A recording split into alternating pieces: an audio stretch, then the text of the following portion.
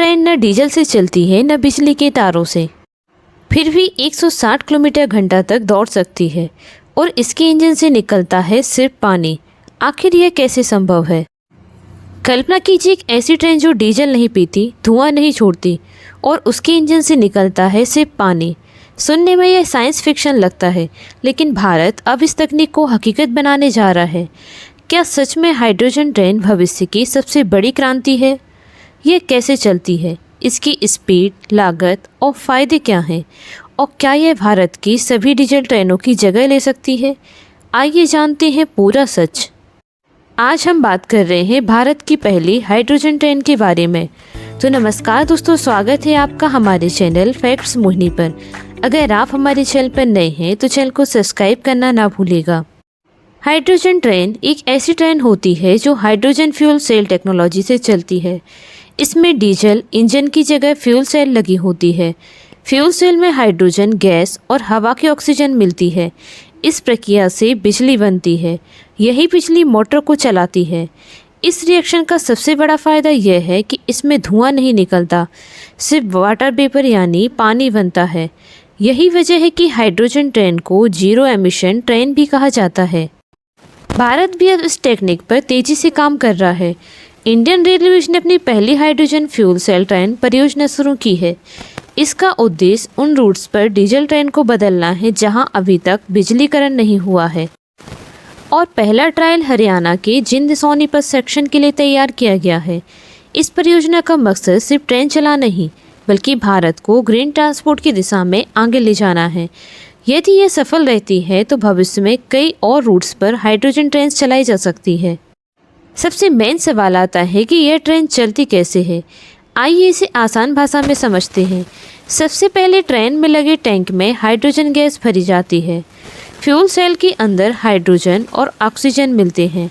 Chemicals reaction होती है, इससे बिजली बनती है। बिजली बैटरी और इलेक्ट्रिक मोटर तक पहुंचती है। मोटर पहियों को घुमाती है और ट्रेन चल पड़ती है। रिएक्शन के बाद बचता है सिर्फ पानी, यानी ना धुआं, ना कार्बन डाइऑक्साइड और ना ही कोई प्रदूषण। हाइड्रोजन ट्रेन केवल भारत में ही नहीं बन रही। जर्मनी ने दुनिया की पहली कॉमर्शियल हाइड्रोजन ट्रेन शुरू की थी। इसके बाद फ्रांस, इटली, चाइना और यूके भी इस तकनीक पर काम कर रहे हैं। कई देशों का मानना है कि जहां इलेक्ट्रिक वायर बिछाना मुश्किल है, वहां हाइड्रोजन ट्रेन सबसे अच्छा विकल्प बन सकती है।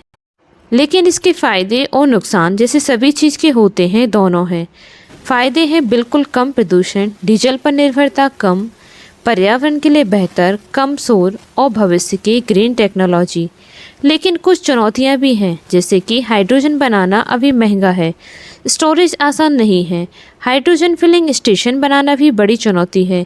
यानी तकनीक शानदार है, लेकिन इसे बड़े स्तर पर लागू करने में अभी काफ़ी समय लगेगा।